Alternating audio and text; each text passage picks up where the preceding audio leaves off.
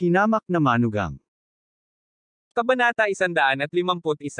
Tumiretso si Professor Liu sa operating theater, gumaan din ang pakiramdam nina Helena at Jane Lewes, na nasa labas ng pinto. Ang mga kamag-anak ng Lewes family ay nagtikom din ng bibig. Kung tutuusin, alam na nilang lahat ang mga kinikilos ni Helena.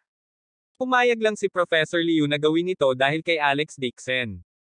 Tanging si Lewes Mingfeng lamang ang labis na nalungkot at nagsabi, ito ay dahil kay Gao Junwei. Kung hindi dahil sa kanya, hindi natin maimbitahan si Professor Liu. Pagkasabi niya nito ay bumalik din sa katinoan si Helena. Agad siyang nagalit at tumalikod para titigan si Alex Dixon. Basura, this is none of your business. Magwala ka at umuwi ka na. Nakaramdam ng hiya si Helena. Kung hindi dahil kay Alex Dixon, hindi siya humihingi ng paumanhin sa pagtatapon ng manugang sa harap ng lahat. Nanay. Hindi na nakatiis si Jane Lewes at sinabing tumakas si Alex dahil kay tatay. Kahit hindi siya nag-ambag, kailangan pa rin niyang magsikap. Pumuso si Helena mula sa kanyang ilong. Anong klaseng hirap ang mayroon siya? Ang alam lang niyang magsalita at kumbensihin si Professor Liu na paniwalaan ito. Sinabi rin ni Lewes Mingfeng Jane, huwag mo na siyang protektahan. Kung may kakayahan si Alex Dixon, babayaran niya ang mga gastusin sa pagpapagamot ng iyong ama. Ay, tama. Bakante ang ward ng tatay mo kanina. Kung may kakayahan niya, kaya niya bang ayusin? Nang marinig iyon ni Helena, nagmamadali siyang nagtanong, hindi ba nakaayos ang ward? Saglit na nag-alinlangan si Jane Lewes at sinabi sa mahirap na paraan, Nay, ngayon lang sinabi ng ospital na puno na ang ward at may dagdag na higaan na lang para manatili si tatay sa koridor. Ano? Sa koridor matulog. Tumalon si Helena at galit na sinabi, hindi ba nag-book si Junwei ng VIP ward? Napakasakit ng dad mo. Paano siya matutulog sa koridor?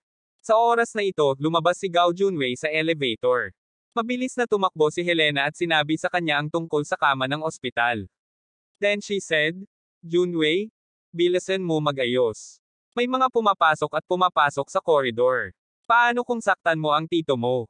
Tatawag ako at magtatanong. Laking gulat din ni Gao Junwei. Tumawag siya para maghanap ng kakilala na mag-aayos ng ward. Bakit biglang nawala? Okay, hihintayin ko ang sagot mo. Nakahinga naman ng maluwag si Helena. Anyway, sa kapangyarihan at impluensya ng Gao family, hindi magiging mahirap na makakuha ng ward sa ospital. Mula sa gilid ni Alex Dixon, Nay, bakit hindi ako pumunta at maghanap ng makakatulong? Bago pa man siya matapos magsalita ay napag-alitan si Helena ng mahigpit, ayusin mo ang aking A*S. May mga kakilala sa ospital ni Junwei. Meron ka rin. Nag-iisip sandali si Alex Dixon. Si Liu Chengyin ang direktor. Hindi dapat maging problema para sa kanya na ilipat si Liu Chengyin palabas ng ospital. Sabi niya, dapat kilala mo ang isa o dalawa sa kanila. Natapos na ni Gao Junwei ang pagtawag sa telepono. Sarkastikong sabi niya, ang mga tinatawag mong kakilala ay mga security guard, cleaner, at iba pa. Pagkatapos sabihin iyon, sinabi niya kay Jane Lewes na parang kinikilala niya ito, Jane, na ayos na ang ward. Nagkamali ngayon. Ang walang laman na VIP ward na ito ay inilaan ng pinakamayamang tao sa Haicheng, si Li Tailei, sa mahabang panahon. Ito ay para sa kanyang ama na lumapit at suriin ang kanyang katawan, ngunit siya ay nanatili lamang ng 1 o 2 araw sa isang buwan, ito ay walang laman. Ngayong ang mga pag-aayos ay magagawa na ni Tio upang manatili sa operating theater kapag siya ay lumabas. Ang pinakamayamang tao ay talagang mayaman. Si Helena ay may hitsura ng pananabik. Ang mga VIP room ay higit sa 1,800 sa isang araw. Nabook niya ito ng 1 taon ngunit nagstay lang ng ilang araw. Sinabi ni Gao Junwei, syempre. Si Director Li ay hindi ang pinakamayamang tao sa Haicheng. Maaari siyang marank sa top 5 sa buong Nangguang. Dahil maganda ang kondisyong medikal sa Jinling kaya siya nag-book nito. Nakangiting sabi ni Helena, Junwei, ikaw pa rin ang maaasahan. Hindi ako nag-aalala sa mga ginagawa mo. Pagkatapos ay tinawag niya si Jane Lewes, ngayong gabi, ililibre mo si Junwei sa isang pagkain na mag-isa. Dapat mo siyang pasalamatan ng maayos. Sumimangot si Jane Lewes at sinabing, salamat, ngunit hindi binanggit ang tungkol sa pagpapakain sa kanya. Masasabi niya na gusto niya ang kanyang ina na i-matchmake sila ni Gao Junwei, ngunit ano ang tunog noon? Nasa tabi lang niya si Alex Dixon. Hindi man lang siya inilagay ng mga taga-Lewes family sa kanilang mga mata. Itinuring lamang nila siya bilang isang hindi nakikitang tao. Pagkalipas ng 2 oras, lumabas si Liu Chengyin sa operating room. Tumango siya kay Alex Dixon na may pagod na mukha. Don't worry. Naalis na ang namuong dugo sa utak ng pasyente. Pwede na siyang ma-discharge pagkatapos magpahinga. Walang sekwela. Mabilis na nagtungo si Helena para magpasalamat sa kanya. Naisip ni Gao Junwei na nagpaparamdam ito sa kanya. Nagmamadali siyang tumakbo at sinabing papuri, Professor Liu, nagsumikap ka. Magdaraos ako ng piging ngayong gabi at ipaghahain kita ng pagkain. Hindi ako interesadong kumain kasama ang mga katulad mo. Pagkatapos sabihin niyo ni Liu Chengyin, sinabi niya kay Helena, kung gusto mo akong pasalamatan, pasalamatan mo si Alex Dixon. Kung wala siya, hindi magagaling ang sakit ng pasyente. Pagkatapos sabihin niyon, diretso niyang nilagpasan si Gao Junwei at umalis na may malalaking hakbang. Natigilan si Helena at hindi nasisiyahang bumulong, ano ang kinalaman nito sa basurang ito. Hinawakan ni Gao Junwei ang alikabok sa kanyang ilong at naging pangit ang kanyang mukha. Natawa siya sa sarili at lumingon para titigan si Alex Dixon. Sinabi niya, lahat ng mga ito ay dahil sa iyo, basura. Hindi pa rin kumalma si Professor Liu. Alex, magpasalamat ka kaagad kay Junwei. Siya ang nag-imbita kay Professor Liu, mayabang na sabi ni Helena. Si Alex Dixon ay malamig na tumingin kay Gao Junwei at sinabing, walang bagay sa iyo dito. Umalis ka sa ospital. Pagkasabi nun ay tumingin siya ng diretso at naglakad papunta sa sulok ng koridor. You piece of trash, anong sinasabi mo kay Junwei? Tumaas ang kilay ni Helena habang pinagmamasdan siya ng mahigpit. Hindi siya pinansin ni Alex Dixon at humakbang papunta sa sulok ng koridor. Ang pangit ng ekspresyon ni Gao Junwei. Kung hindi lang dahil nag-aalala siya kay Jane Lee West, sana ay sumugod siya ngayon at hinawakan ang buhok ni Alex Dixon, marahas na ibinagsak ang ulo niya sa dingding. Mabilis siyang inalo ni Helena, Junwei, huwag kang makipagtalo sa basurang ito. Pagbalik niya, yuyuko ako at hihingi ng tawad sa iyo. Auntie, it's alright. I'm not as petty as Alex Dixon. Nagkunwaring magnanimous si Gao Junwei at tumingin kay Jane Lee West. Bamantong hininga siya at sinabing, si Jane ay nagdusa ng husto sa pagsunod sa ganitong uri ng tao. Sabi ni Helena, tama. Bukas hahayaan ko silang maghiwalay. Malungkot na tumingin si Jane Lee West kay Gao Junwei at malamig na sinabi, ang bagay sa pagitan namin ni Alex ay walang kinalaman sa ibang tao. Tuldok. Naglakad si Alex Dixon sa sulok at nakita si Liu Chengyin na nakatayo doon. Pumakbang siya. Nang makita siya ni Liu Chengyin, agad niyang binati ng may paggalang at tumawag, Master Dixon, huwag kang mag-alala. Ang operasyon ay matagumpay. Mahinang sinabi ni Alex Dixon, oo. Tanong niya, naiinom na ba ang gamot? Ito ay ipinakain kay Mr. Lewis. Tumangala si Liu Chengyin ng may paghanga. Ang sakit ni Mr. Lewis ay hindi mapapagaling sa operasyon ng mag-isa. Buti na lang at binigyan mo siya ng pill. Kapag nainom niya ito, magkakabisa agad ito. Miracle medicine talaga ang pill na ito. Sabi ni Alex Dixon, sabihin mamaya kay Elder Show na bibigyan ko pa siya ng ilang pildores. Actually, on the way to the hospital, binalak ni Alex Dixon na personal na iligtas ang biyenan. Sa kanyang mga kasanayang medikal, ang pinsala sa utak ay kasing dali ng pagbuga ng alikabok. Gayunpaman, pagdating niya sa ospital, natuklasan niya ang isang grupo ng mga kamag-anak ng Lewis family ay nagsisiksikan sa labas. Kung tutulong siya, malalantad ang kanyang pagkakakilanlan. Agad na tinawagan ni Alex Dixon si Shou Changqi. Tinanong niya kung nasa Jinling pa siya. Gayunpaman, nakaalis na si Elder Shou. Sinabi niya na ang kanyang nakababatang kapatid na si Liu Chengyin ay ang direktor ng ospital ng Ling City Hospital at may pambihirang mga kasanayan sa medikal. Uminom din siya ng tableta na binili niya kay Lewis Mingfeng at ibinigay kay Liu Chengyin para sa kanyang paggamot. Kabanata 152. Nag-iisip sandali si Alex Dixon. Si Liu Chengyin ay isa ring espesyalista sa utak kaya pumayag siya.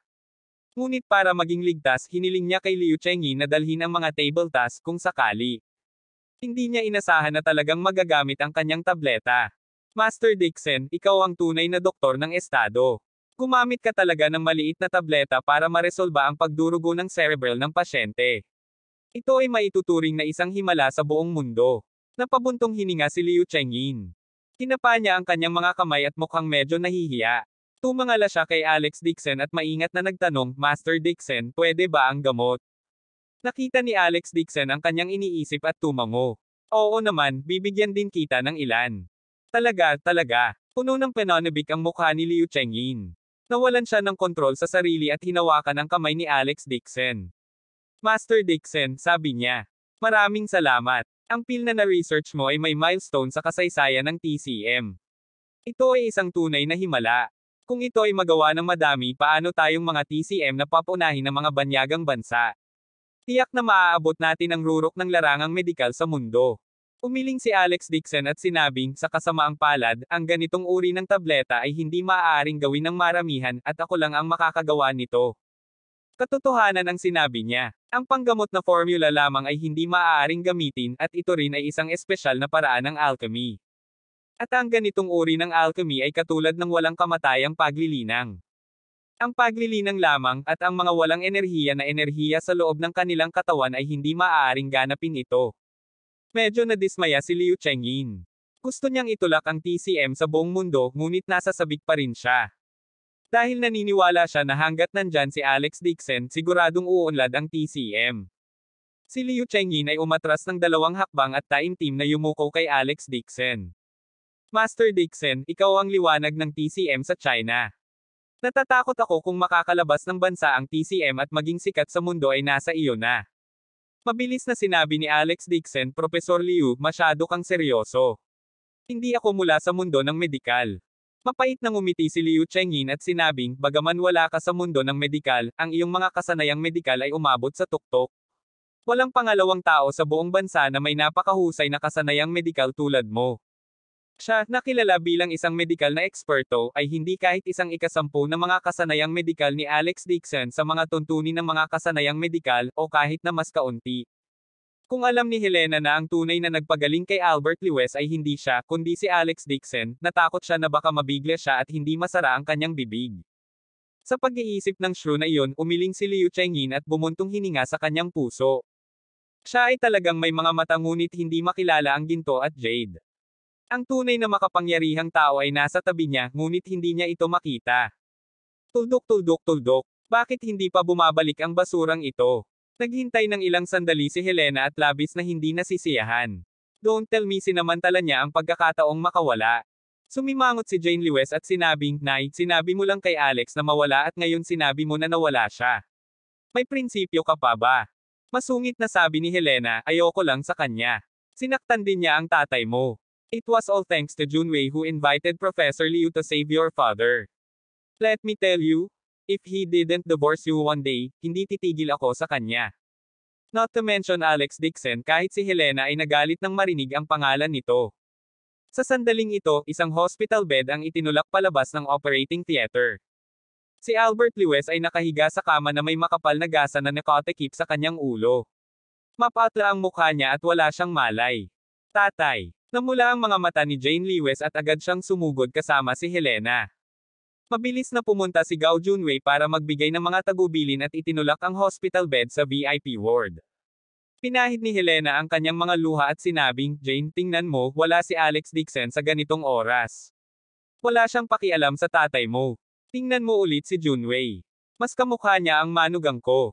Hindi napigilan ni Jane Lewis na iangat ang ulo para tumingin sa koridor at medyo nalulungkot sa kanyang puso. Saan nagpunta si Alex Dixon? Bakit hindi pa siya bumabalik?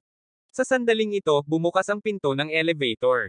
Lumabas sa loob ang isang lalaking nasa katanghaliang gulang na may kahanga-hangang hitsura. Nasa likuran niya ang mahigit 10 bodyguard at isang pandak at masiglang matandang lalaki. Malungkot ang mukha ng nasa katanghaliang gulang at tila hindi nasisiyahan. Natigilan si Gao Junwei at bumulong, Li Tailei. Director Li. Nabigla si Helena. Tinitigan niya ito at sumigaw, ito ang pinakamalaking tao sa Haicheng. Kinabahan din si Jane Lewis, di ba sabi niya hindi siya kasama? Bakit siya biglang dumating? Paano yung word ni Dad? Agad na namutla ang mukha ni Gao Junwei. Ang word na hiniling niya sa isang pamilyar na ayusin ay talagang inayos ng pribado ng ibang tao. Hindi niya ipinaalam kay Li Tailei. Ngayon, malalantad na ang bagay, at tiyak na madamay siya. Si Li Tailei ang pinakamalaking tao sa Haicheng, at iginagalang niya ang buong mundo ng negosyo ng Haicheng. Kung nasaktan niya si Li Tailei, magiging isang piraso ng cake para sa kanya na sirain ang Gao family. Sino ang kumuha ng word ko? Sigaw ni Li Tailei sa malalim na boses. Ang kanyang katawan ay nagpapalabas ng aura ng isang superior na nilalang, at ang presyo ay napakalakas. Kahit ang mabangis na mukhang Helena ay kinakabahan at hindi naglakas loob na gumawa ng ingay. Walang choice si Gao Junwei kundi kumagit ng bala at lumakad pasulong. Ngumiti siya at sinabing, Director Lee, kumusta ka? Anak ako ni Gao Jun mula sa Haicheng. I'm really sorry this time. May malubhang karamdaman ang tatay ng kaibigan ko at kinailangan niyang kunin ang kwarto mo. Gao Jun, ang bastos na yun, kwalipikado rin bang gamitin ang ward ng tatay ko? Malamig na ngumuso si Lee Tailei. Umalis ka kaagad dito. Gusto kong manatili sa ward na ito para sa pamilya ng isang master. Hiyang-hiya si Gao Junwei kaya namula ang kanyang mukha, ngunit hindi siya naglakas loob na magsabi ng kahit ano. Lumapit si Jane Lewis at nagmakaawa, Mr. Lee, napakalubha ng kalagayan ng aking ama. Maaari mo bang gawin ang isang exception para sa kanya? Tungkol sa pera para sa ward, maaari mong bayaran ka. Mababa ang tingin ni Lee Tailei sa kanya. Sinulyapan siya nito at ngumisi. Interesting, talking about money with my Lee family. Since you want to talk about it, then let's do it this way.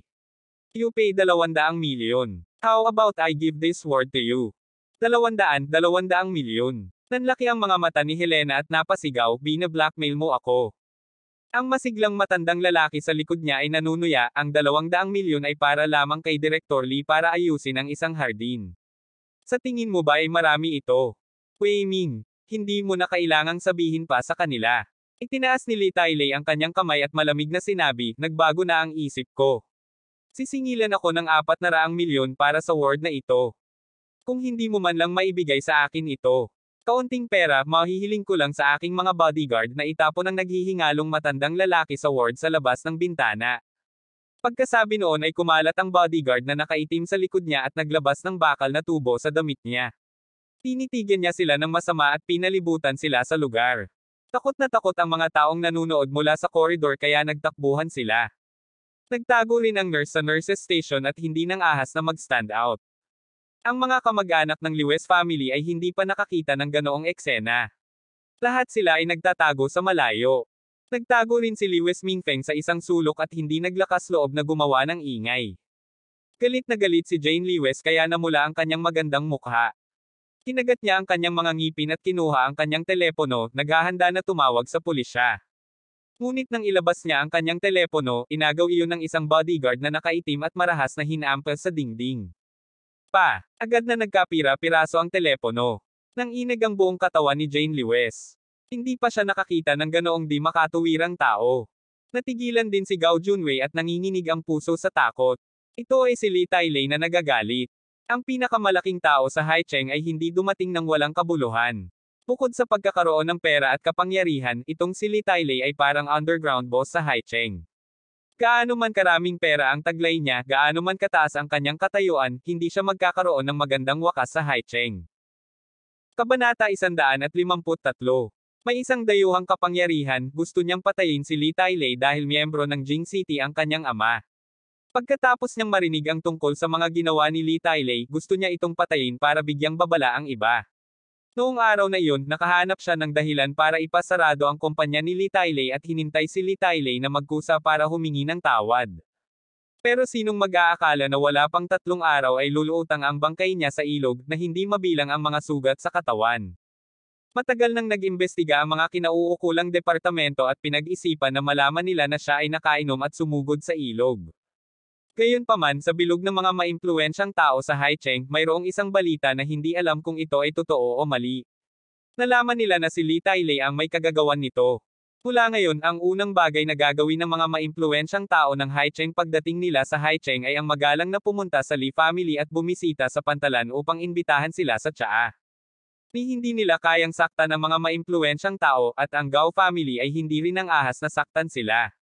Kinabahan si Gao Junwei. Mabilis siyang tumakbo pasulong at sinabi kay Lee Tailei sa mahinang boses, Director Lee, please calm down. This is all my fault. Pagbalik natin sa Haicheng, pupunta ako para personal na humingi ng tawad sa aking ama. Hindi man lang nagtaas ng talukap si Lee Tailei, hindi man lang siya nilingon. Si Wei Ming, na nakatayo sa tabi niya, ay lumakad at sinampal si Gao Junwei, na naging sanhi ng pag-agos ng dugo mula sa kanyang bibig. Sino ka sa tingin mo para makipag-ayos kay Director Lee? Hindi ka karapat-dapat. Natamba si Gao Junwei sa lupa. Ang kalahati ng kanyang mukha ay mabilis na namamaga at naging duguan. Isang ngipin sa harap ang lumabas sa kanyang bibig. Sa sobrang sakit ay namumungay na ang kanyang mga ngipin, ngunit hindi siya naglakas loob na sumigaw ng malakas. Tahimik ang buong koridor. Nagtakbuhan na ang lahat. Mahigpit na nakalock ang pinto ng ward.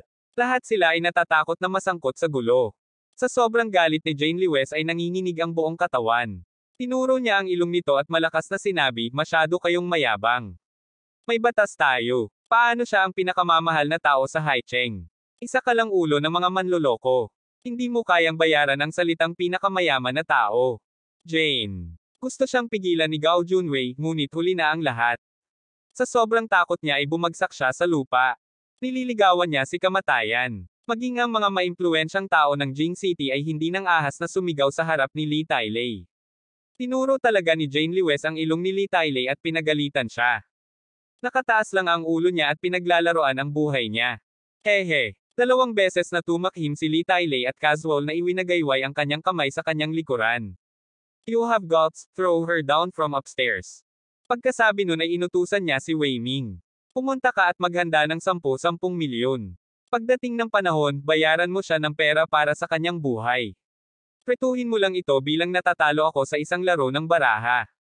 Mabilis na lumabas ang kanilang bodyguard na nakaitim, hinawakan ang braso ni Jane Lewis, at kinaladkad siya patungo sa bintana. Jane. Natakot si Helena sa kanyang talino at mabilis na sumugod. She was a shrew who was afraid of people, but in front of a true ruthless person she was not enough. Agad na tinulak ni Helena si Gao Junwei, wala ka bang kapangyarihan at impluensya kay Haicheng? Mabilis na pumunta at humingi ng awa kay Direk Lee at hayaan siyang maawa kay Jane. Hindi nang ahas si Gao Junwei na gumawa ng tunog. Kahit anong tulak ni Helena sa kanya, hindi siya kumikibo. Wala talagang choice si Helena kundi ang magmura sa puso niya. Tinulak niya si Gao Junwei palayo at umiiyak habang sinusundan siya nito. Pero agad siyang hinawakan ng 2 bodyguard at hindi na siya makalapit. Bitiwan mo ako. Buong lakas na nagpupumiglas si Jane Lewis at namumula ng may mapupulang mga mata, kung may kakayahan ka patayin mo ako. Hindi ako naniniwala na walang batas sa mundong ito na maaaring magpapahintulot sa iyo na gawin ito. Kahit anong gusto mo, kahit mamatay ako, hindi ka bibitawan ng asawa ko. Saway ni Helena habang umiiyak, Jane, huwag mong banggitin ang basurang iyon na si Alex Dixon.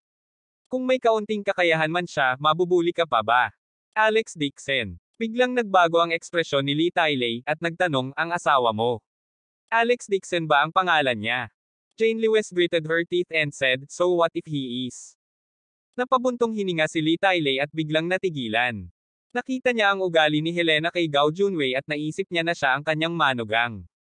Hindi niya inaasahan na si Alex Dixon pala iyon. Tapos na. Naging berde ang mukha ni Li Tailei at tumutulo ang malamig na pawis. Nagpumiglas ng husto si Jane Lewis at galit na nagmura. Mababa ang tingin mo sa batas. May paglalagyan ka. Pinunasan ni Li Tailei ang kanyang pawis at ngumiti ng paumanhin, buti na pag-alitan. Ihagis mo ang tanggang iyon mula sa Gao family. Director Lee, siya ang nagpagalit sa'yo. Bakit ako ang ibinato? Niyakap ni Gao Junwei ang kanyang ulo at pumulupot sa lupa. Kinakabahan siya na nanginginig. Nang marinig niya na tatapan siya ni Li Tailei, agad siyang nataranta. Mabilis niyang pinutol ang ugnayan kay Li Tailei at sinabing, Director Lee, wala akong kinalaman sa kanya. Tama. Direk Lee, hindi ako pamilyar sa babaeng ito. Maaari mo siyang harapin kahit anong gusto mo. Walang kinalaman sa akin. Gao Junwei, ano ang sinasabi mo, hindi ka pamilyar sa anak ko? Sa sobrang galit ni Helena ay hindi na niya nakayanin. Sinampal niya siya. Tinalikuran siya ni Gao Junwei at galit na sumigaw, Old Shrew, matagal na kitang hindi gusto. Nahulog si Helena sa lupa at sa sobrang galit ay muntik na siyang mawala ng malay. Ngayon palang mukha pa siyang ika-24 na anak na manugang, at tinawag pa ang kanyang sarili na ina, ngunit ngayon ay naging pag-alit siya at hindi nakilala ang sinuman. Gao Junwei, mali ang paghusga ko sa'yo. Malakas na nagmura si Helena, now I understand. You want to take advantage of my daughter. Don't say it so badly, di ba gusto mo rin makakuha ng pera sa akin? Tumayo si Gao Junwei at ngumisi, at saka, may asawa na ang anak mo. Paano kung gusto kong maglaro? Huwag mong seryosohin. Lumingon si Gao Junwei at magalang na sinabi kay Li Tailei, Director Lee, wala akong kinalaman sa Lewis family. Sinaktan ka ng babaeng ito. Tuturuan ko ito ng leksyon. Pagkasabi noon ay sinampal niya ang mukha niya. Si Jane Lewis ay ganap na natigilan. Hindi siya makapaniwala sa kanyang mga mata. Nanlamig ang buong katawan niya. Kalikasan ng tao paanong napakadilim. Puno ng lakas ang sampal ni Gao Junwei. Natatakot siya na masaktan niya ang underground boss ng CCT. Ano ang isang babae? Ang kanyang buhay ay mas mahalaga kaysa sa anumang bagay. Sa sandaling ito, bigla siyang sinipa ni Li Tailei sa tiyan. Natigilan si Gao Junwei. Napasigaw siya at bumagsak sa lupa. Napahawak siya sa tiyan niya at napasigaw, Director Lee, bakit mo ako sinipa? Natigilan sina Jane Lewes at Helena. Sinabi ng isa sa mga bodyguard, Director Lee, ibabagsak ko ba itong lalaki at babae? Itapon mo ang nanay mo. Sa sobrang galit ni Li Tailei ay umungol siya at sinampal siya. Pati ang ingay ng nayon ay narinig. Sa sobrang takot ng ibang bodyguard ay agad niyang binitawan ang kamay niya. Nagpumiglas si Jane Lewes na kumawala at nagmura, Li Tailei, gawain ba ito ng tao? Nagmamasid ang langit. Gumagawa ka ng masasamang bagay. Mas masahol ka pa sa hayop. Mamatay man ako at maging multo, hindi kita pakakawalan. Sa sobrang takot ni Helena ay halos maiihina niya ang sarili at agad na napaluhod. Director Lee, huwag. Huwag. Huwag makipagtalo sa anak ko. Hindi siya matino. Biglang humakbang si Li Tailei at yumuko ng malalim kay Jane Lewes. Miss Lewes, ang ganda ng puso mo. Napakagaling mo. Mas masahol pa ako sa hayop. Isa lang akong bulag na aso. I deserve to die 10,000 times for my crimes. Nakikiusap ako kay Miss Lewes na patawarin mo ako. Ang kanyang tono ay sincero at ang kanyang puso ay sumasakit. Sa sobrang takot ni Li Tailei, muntik na siyang masira. Sa sandaling ito, higit sa isang beses siyang nanaginip tungkol sa pagpapatawag ng kidlat ni Alex Dixon. Kahit na mayroon siyang pera at kapangyarihan, si Master Dixon ay isang Diyos. Kung nasaktan niya si Master Dixon, mamamatay siya nang hindi niya alam kung paano. Nagkaroon ng ganap na katahimikan sa paligid. Mahigit 10 pares ng mga mata ang nakatutok kay Li Tailei. Mariing pinunasan ni Gao Junwei ang kanyang mga mata at ibinuka ang kanyang bibig sa gulat. Nakikita ba niya ang mga bagay, o si Li Tailei ay baliw? Ibinuka rin ng mga nakapaligid na bodyguard na nakaitim ang kanilang mga bibig, at halos malaglag ang kanilang mga eyeballs. Ano ang nangyayari? Kabanata 154. Ang sikat na bayani ng Haicheng ay talagang yumukod sa isang babae. Ano ang F***? Ito ay isang bagay na hindi pa nangyari noon. Miss Lewes, please forgive me. I actually dared to attack you. I deserve to die. Si Li Tailei ay parang maiiyak na. Itinaas niya ang kanyang ulo at debotong tumingin kay Jane Lewes. I was blind. Nakikiusap ako kay Miss Lewes na patawarin mo ako. Natigilan si Jane Lewes at napaatras sa takot. Ang taong ito, maaaring sumiklab ang kanyang sakit sa pag-iisip. Nakita ni Li Tailei si Jane Lewes na tulala at mabilis na tumakbo sa tabi ni Helena. Umiti siya at tinulungan siyang tumayo. Lady Shu, natakot ka. Ngayon lang lahat ng iyon ay hindi maiintindihan. Patawarin mo ako. Kasalanan ko ito ngayon lang. Gagawin ko ang lahat para makabawi sa iyo. Sana lang ay makakalma kayo ng iyong anak. Nabigla si Helena sa pabor at sa sobrang takot ay nagmamadali siyang tumanggi. Hindi. Wala lang. Wei Ming. Sumigaw si Li Tailei sa malalim na boses, sumulat ng tseke para kay Lady Shu. Pretuhin mo na lang ito bilang bayad ko sa kasalanan para sa kanya. Tanong ni Wei Ming, Director Lee, magkano? Puno ng pambabala ang mukha ni Li Tailei habang tinanong niya si Helena, Ms. Shu, sa tingin mo ba sapat na ang 100 milyon? Kung hindi sapat, magdadagdag pa ako ng 100 milyon. Magkano? Bamuka ang bibig ni Helena. Kasya sa kanyang bibig pag ilagay ang isang itlog dito. Sabi ni Wei Ming, kami, Director Lee, ang nagsabi na hindi sapat ang 100 milyon, 200 milyon ang sinabi.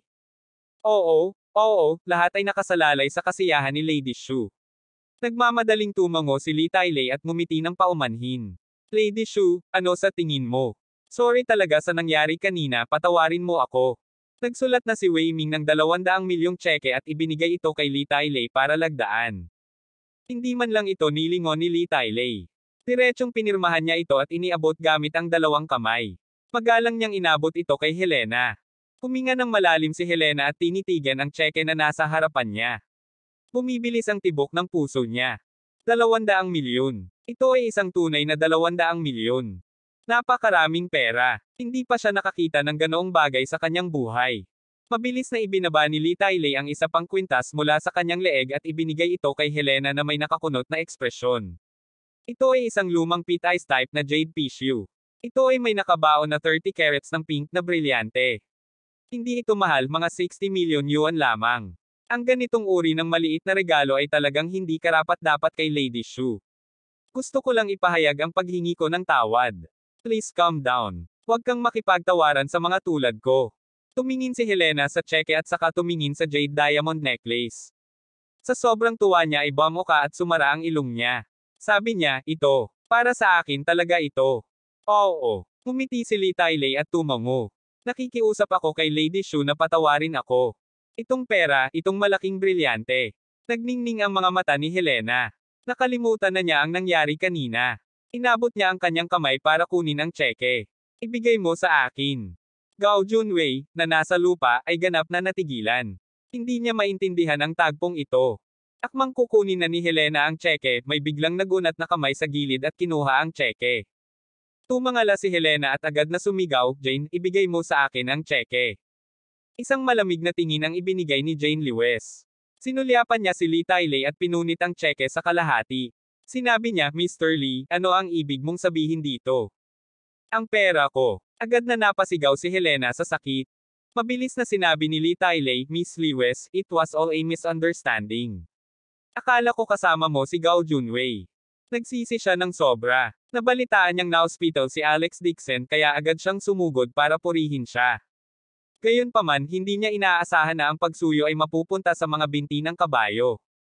Halos aksidenteng nasugatan niya ang pamilya ni Master Dixon. Sa sandaling ito, lumabas si Alex Dixon mula sa sulok. Nang makita niya ang sitwasyon ay agad na kumunot ang noo. Ano ang nangyayari? Natakot si Wei Ming nang makita niya si Alex Dixon. Napaluhod siya. Napuno ng takot ang mukha ni Li Tailei. Nanginginig siya at hindi makapagsalita. Nanlambot ang mga tuhod niya at lumuhod siya sa harap ni Alex Dixon. Nagkatinginan ang mga nakapaligid na tao sa isa't isa. Maging si Gao Junwei, na nakahandusay sa lupa, ay natigilan. Sabay-sabay na ibinuka ng dosenang bodyguard ang kanilang mga bibig, at ang kanilang mga mukha ay natulala. Ang underground king ng Haicheng, lahat ay natatakot sa kanyang pangalan. Lumuhod talaga siya sa harap ng isang ordinaryong binata. Naging berde ang mukha ni Li Tailei. Hindi niya masabi ang isang kumpletong pangungusap. Napuno ng takot ang buong katawan niya. Sariwa pa sa kanyang isipan ang alaala ni Alex Dixon na tinawag ang Heaven Thunder at binura sa mundo si Yu Jinghai sa panahon ng Feng Shui Gathering. Ngayong nasaktan niya ang asawa at biyenan ni Alex Dixon, paano kung gumamit siya ng kidlat para pumatay sa sobrang galit? Alex Dixon, kilala mo si Li Tailei. Nagulat si Jane Lewes kay Li Tailei saka tumingin kay Alex Dixon. Pakiramdam niya ay kakaiba ang eksenang ito. Napatingin si Alex Dixon kay Li Tailei at tumangala na parang walang nangyari. Nilagpasan niya ito at mabilis siyang nilingon. Hindi ko siya kilala. Bumangon ka na. Natigilan sandali si Li Tailei at napatayo sa takot. Nagulat na sabi ni Helena, kung gayon, bakit sila natatakot kapag nakikita ka? Nagkibit balikat si Alex Dixon. Hindi ko alam. Baka nadulas at nahulog. Oo. Nadulas sila at nahulog, mabilis na sabi ni Wei Ming. Tila nagising din si Li Tailei sa panaginip at agad na tumango. Tumayo ako ng matagal at nanlambot ang mga paa ko. Wala akong kilala na Alex Dixon. Nakabuka ang bibig ni Gao Junwei, at nakalimutan pa niya ang sakit. Hindi talaga sila magkakilala. Hindi kaya ngayon lang nagpanggap si Li Tailei na natakot sa harap ni Alex Dixon. Anong nangyari ngayon lang? Naglakad si Alex Dixon sa harap ni Jane Lewes. Sinabi sa kanya ni Jane Lewes na nakilala ni Li Tailei ang maling tao. Kumunot ang noo ni Alex Dixon at lumingon kay Li Tailei. Nanlambot muli ang mga binti ni Li Tailei nang makita siya. With a tung, lumuhod ulit siya sa harap ni Alex Dixon. Ang Heaven Thunder ay hindi peke. Ayaw niyang tamaan ng kidlat. Nang makita nila ang amo na nakaluhod kay Alex Dixon, hindi alam ng dosenang bodyguard kung ano ang nangyayari, mabilis silang sumunod. Sa isang sandali, ang 12-dosenang mga tao ay lumuhod sa lupa sa isang madilim na masa, ang kanilang kahangahangang paraan ay kamangha-mangha. Bakit lahat sila nakaluhod? Laking gulat ni Helena. Pagtayo. Ang pagtayo ng sobrang tagal ay namamanhid ang mga binti ko. Napuno ng takot ang buong katawan ni Li Tailei, at halos hindi siya makapagsalita habang nanginginig. Tapos manhid ang mga paa nila. Itinuro ni Helena ang grupo ng mga bodyguard na nakaitim. Malinaw niyang naalala na ang mga taong ito ay mabangis at mabangis, lalo na si Wei Ming. Napakabangis niya kaya nakapatay siya ng mga tao nang hindi kumukurap. Ngunit ngayon, ang mabangis na mga Diyos na ito ay masunuri na nakaluhod sa lupa kasing masunuri ng mga tupa. Malamig ang mukha ni Alex Dixon at walang sinabing tumingin kay Lee Tiley. Sa ilalim ng kanyang mga titig, si Lee Tiley ay tila nakaramdam ng hindi nakikitang pagpindot sa kanyang ulo. Hindi man lang siya ng ahas na bumangon at sinabi sa nanginginig na boses, Mr. Dixon, mali ako ngayon. Mali ang nakilala ng aking mga asong mata. Wala siyang lakas ng loob na bumangon.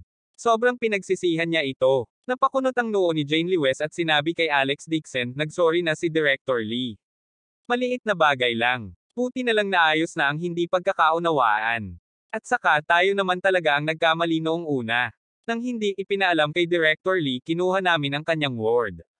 Salamat Mrs. Dixon, puno ng pasasalamat ang mukha ni Lee Tiley. Patuloy siyang yumuko kay Jane Lee West. Kabanata 155. Mabilis ding sinabi ni Helena, ibigay mo sa akin ang jade na iyan at ako ay hihinahon. Kung hindi, hindi kita bibitawan.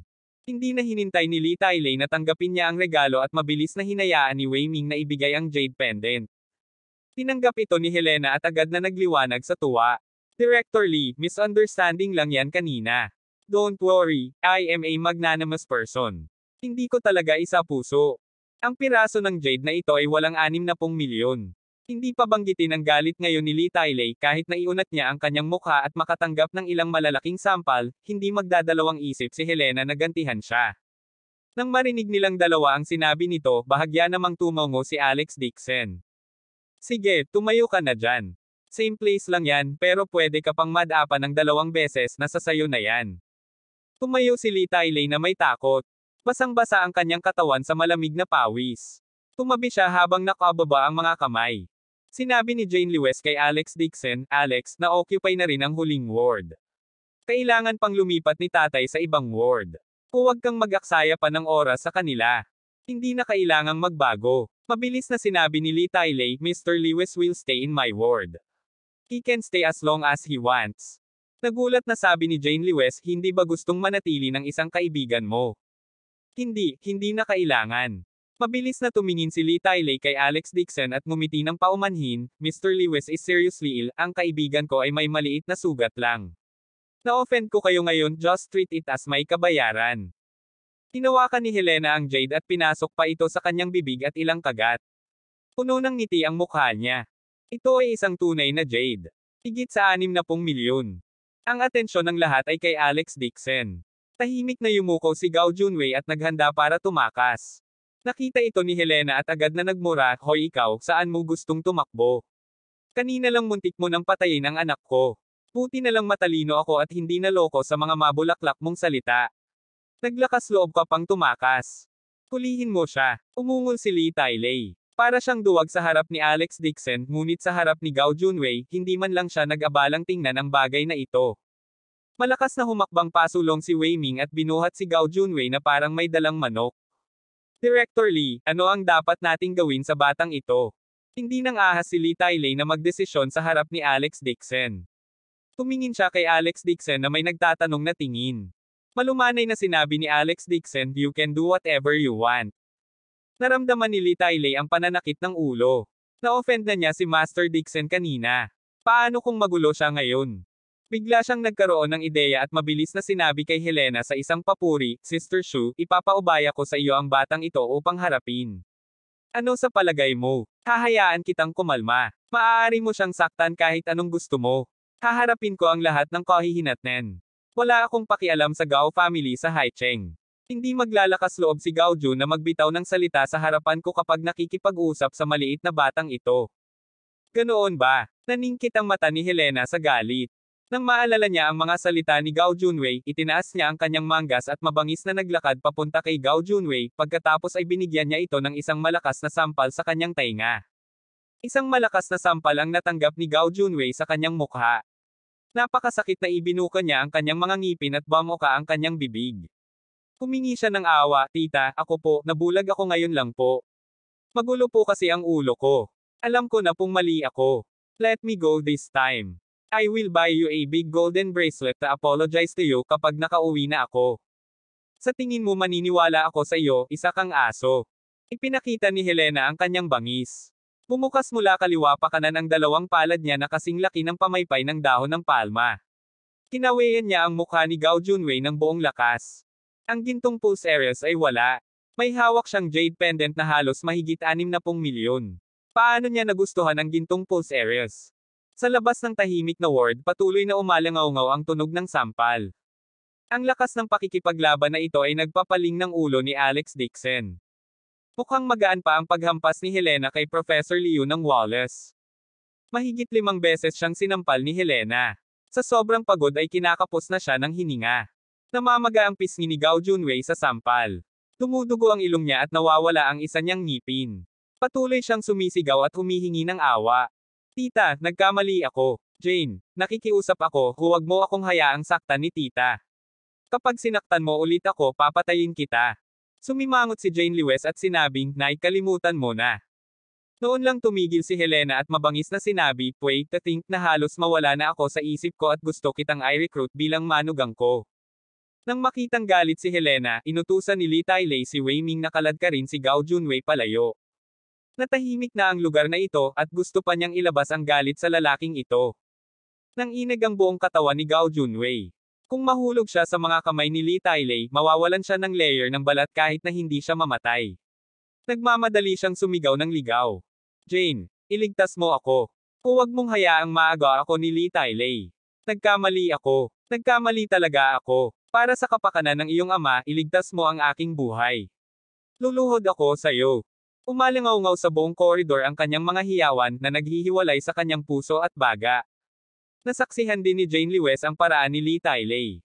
Kumunat ang noo niya at sinabing, Director Li, bitawan mo siya. Si Professor Liu ay inimbitahan ni Gao Junwei. Pretuhin mo lang ito bilang pagbabalik namin sa kanya.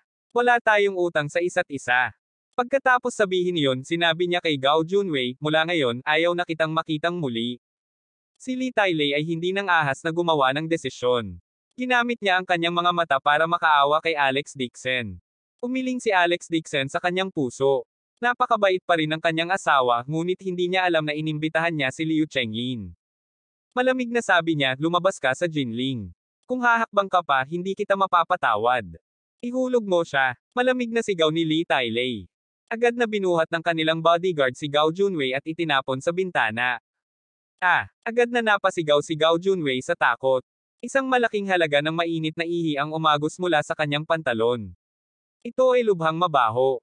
Kasabay ng kanyang pagsigaw ay binanggit siya ng bodyguard. Agad na tinakpan ni Jane Lewes ang kanyang bibig at ang kanyang puso ay tumibok ng mabilis. Ang walang awa na lalaki ng Haicheng ay talagang walang awa. Ito ang ikapitong palapag. Kung nahulog si Gao Junwei, mabubuhay pa kaya siya. Ito ang unang pagkakataon na nakakita siya ng isang tao na namatay sa lugar. Nablangko ang isip niya. Ngumiti si Alex Dixon at sinabing, huwag kang mag-alala, hindi siya mamamatay. May shed sa ika-4 na palapag, at tinuturuan lang siya ni Li ng leksyon para maalala niya. Kung wala ang kanyang mga tagubo-Dixon hindi maglalakas loob si Li Tailei na magdesisyon ng mag-isa. Sumilip si Jane Lewes sa bintana at nakita si Gao Junwei na walang malay sa shed. Nakahinga siya ng maluwag. Matagal na niyang kinasusuklaman si Gao Junwei, ngunit palaging nagkukusa si Helena na nananatili sa kanya. Ngayon ay nakita na ni Helena ang kanyang tunay na mukha. Maaari itong ituring na isang blessing in disguise. Pagkaalis ni Li Tailei, sinamahan ni Alex Dixon si Jane Lewes sa ward para alagaan si Albert Lewes. Napaka-epektibo ng kanyang mga table tasks. Higit na mabuti ang kalagayan ni Albert Lewes, ngunit dahil sa craniotomy, kailangan pa niyang magpahinga ng ilang sandali bago siya ma-discharge. Habang inaalagaan ni Jane Lewes ang biyenan, lumabas si Alex Dixon sa ward at nakita si Li Tailei na magalang na naghihintay sa labas ng pinto. Master Dixon, kanina lang ako nabulag. Patawarin mo ako. Agad na napaluhod si Li Tailei sa harap ni Alex Dixon na malungkot ang mukha. Si Wei Ming ay hindi nang ahas na tumayo doon kaya mabilis siyang sumunod at lumuhod. Malamig na sabi ni Alex Dixon, hindi mo alam kung sino ako, at napakatanga mo. Muntik mo nang saktan ang asawa ko kaya dapat kang masunog hanggang sa abo. Abangan ang susunod na kabanata.